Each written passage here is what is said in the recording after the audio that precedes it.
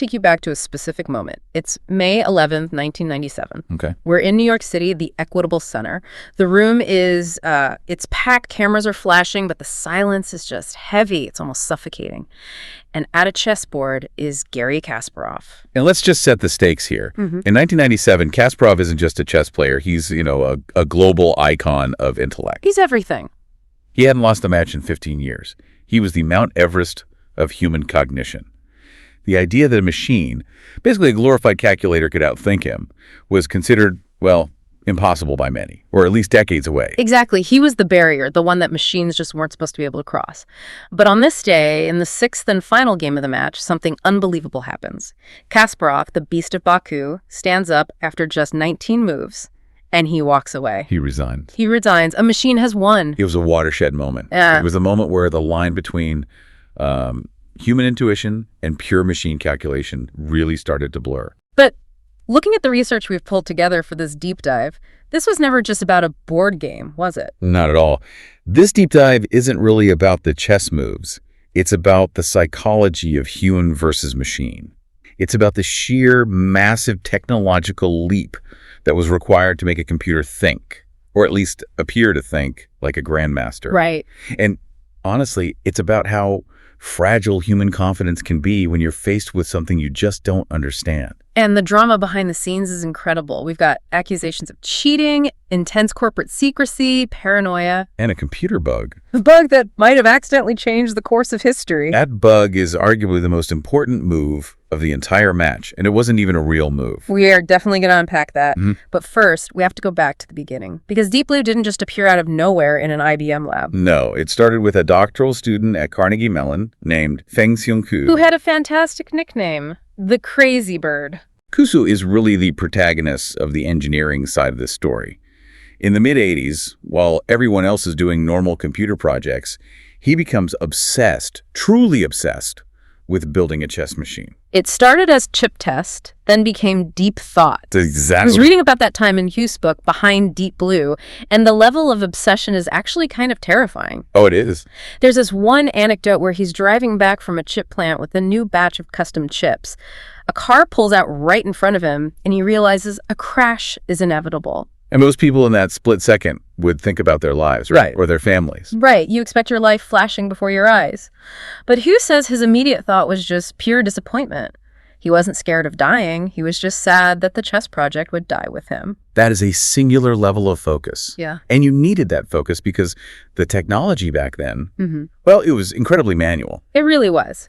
We think of computers as these sleek, automated things, but there was this moment where the software that helps design the chips, the compiler, it failed. So he couldn't use the automated tools. He had to place 40,000 components by hand. Let's just pause on that. 40,000 components. Yeah.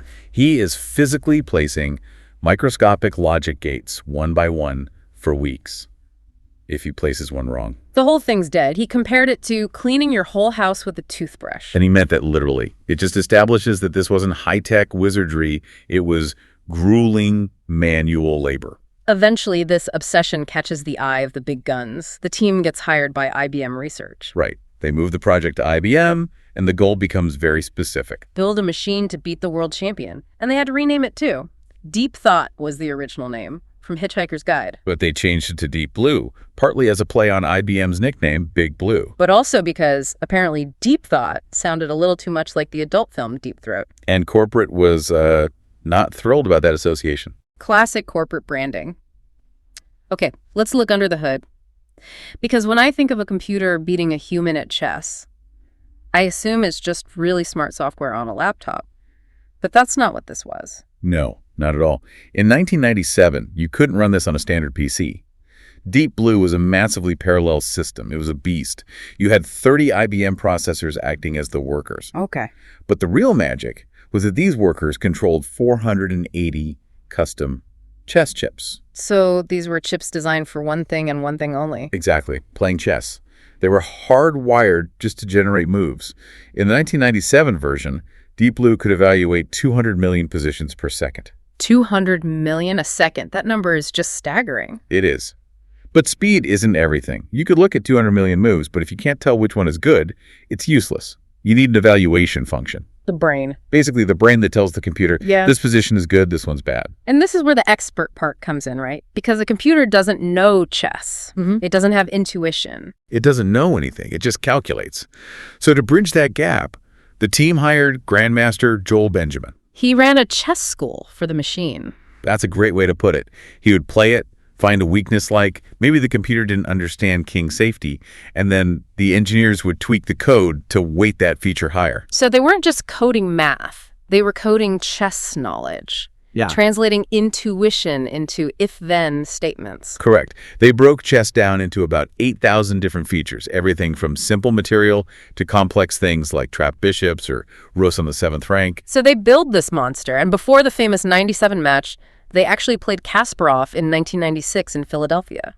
And Kasparov won that one 4-2. He did, but it was a wake-up call. Deep Blue won the very first game of that 96 match. Which was the first time a computer had ever beaten a reigning world champion in regulation time. But Kasparov realized that if he played standard, predictable chess, the computer was just too strong. So he had to change his style. He played anti-computer chess. Exactly. He played closed positions, slow maneuvering, avoiding the tactical brawls where the computer excelled. He basically exploited the fact that the computer couldn't plan for the long term. It had a horizon. And he just pushed the game past that horizon, so Kasparov figures it out. But IBM didn't just sit there.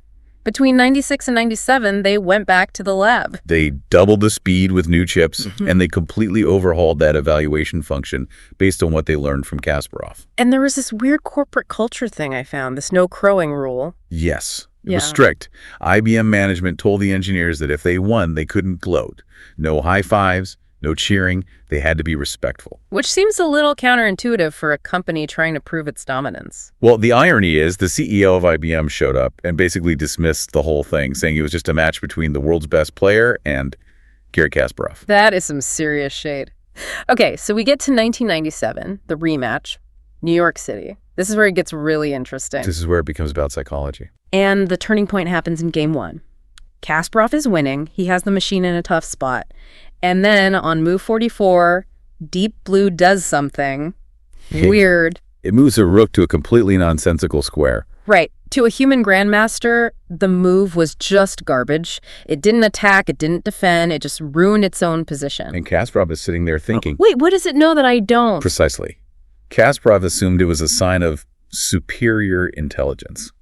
He thought the computer saw some deep 20-move strategy that he couldn't even begin to comprehend. He got paranoid. He thought it was toying with him, but what was it really? It was a bug. A literal software bug. A glitch. The system got stuck in a loop, couldn't figure out what to do, and the failsafe code said, just pick a valid legal move at random.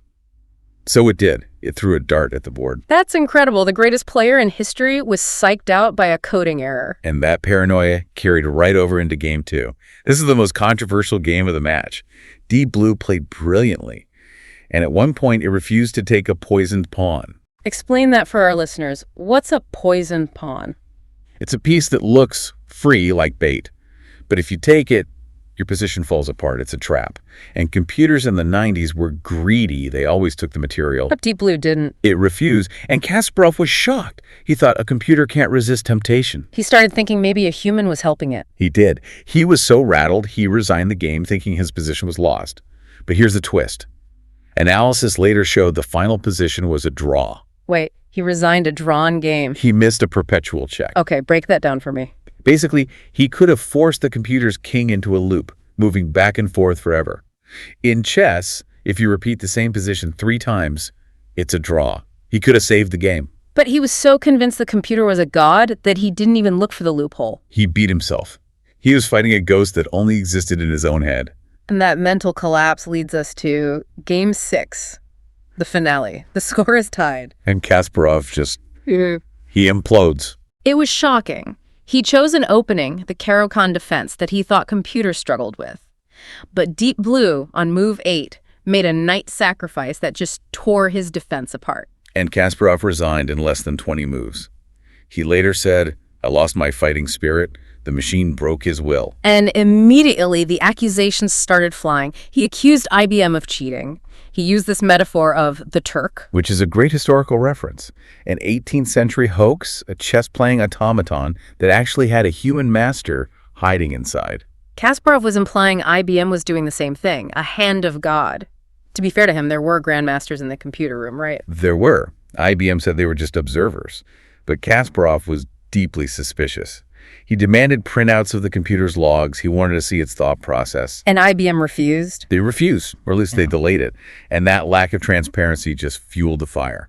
Kasparov wanted a rematch. IBM said, no thanks, we won. And they dismantled the machine. Which does look a little suspicious. Just pack up and run. From a corporate perspective, the mission was accomplished. Their stock price went up. Years later, though, in his own book, Kasparov admitted he was being a sore loser. He still thought IBM was unsporting, but he backed off the direct cheating claims. So let's zoom out. How did Deep Blue actually think? Because we hear about AI today, ChatGPT, AlphaGo is Deep Blue like that. No, and this is the most critical distinction. Deep Blue was not AI as we know it today. It wasn't machine learning. It wasn't learning from its mistakes in real time. So it was just brute force. It was what we call good old-fashioned AI, a massive lookup table combined with brute force. It didn't learn chess. It was told chess. If it made a mistake in game 1, it would make the exact same mistake in game 2 unless a human went in and rewrote the code. So it's like an encyclopedia versus a student. Exactly. Deep Blue was a calculator. Today's AI, like AlphaZero, is a student. AlphaZero plays against itself millions of times and rewrites its own strategy. It discovers concepts on its own. Deep Blue just executed instructions very, very fast, though it did have some features that felt almost human. I read about panic time. That's one of my favorite details. If the computer's evaluation of its position suddenly dropped, meaning it realized it was in trouble, it entered panic time. It would trigger a deeper search. A deeper search to try and resolve the crisis. It's funny to imagine a supercomputer sweating. So the match is over. IBM wins. What's the legacy here? Did this technology go on to do other things? It actually did. That massively parallel processing architecture was applied to other fields. IBM used it for molecular dynamics to design pharmaceuticals, and finance for risk analysis, even data mining. So the hunk of junk, as one critic called it, actually did some work. It did. But in the world of chess AI, Deep Blue was really the end of an era, not the beginning. It was the absolute peak of human-taught machines. And then came AlphaZero. Right. AlphaZero in 2017 taught itself chess in 4 hours just by playing itself, and it destroyed the best traditional programs. That's the new era. Deep Blue is a dinosaur compared to that. And what about Kasparov? He seems to have softened his stance over the years. He really has. He went from being bitter to being a real optimist about AI. He coined the term centaur chess. Centaur chess. Half man, half horse. The idea is that a human working with a machine is stronger than a machine alone. The human provides the intuition. The machine provides the calculation. It's a great pivot from the machine is cheating to the machine is my teammate. He really is. His quote is, "Worry about human intelligence, not machine intelligence." So, to wrap this up, we have a machine that broke the spirit of the greatest chess player ever. It did it through raw calculation, a software bug that looked like genius, and a whole lot of psychological warfare. It proved that computers could solve problems we previously thought required that spark of human intuition. It broke the barrier. Kasparov had this great realization later. He said, today, we don't worry if a forklift is stronger than us. We just use the forklift. Right. Deep Blue was the moment we had to start accepting that machines would have mental advantages too. Yeah. It was the first mental forklift. Which leaves us with a question for you to mull over. If chess, what we thought was the pinnacle of human intellect, is now just a power tool task, what is the next uniquely human skill that we'll hand over to the machines? And will we handle it better than Kasparov did? Hopefully with a little less paranoia. Thanks for listening to The Deep Dive.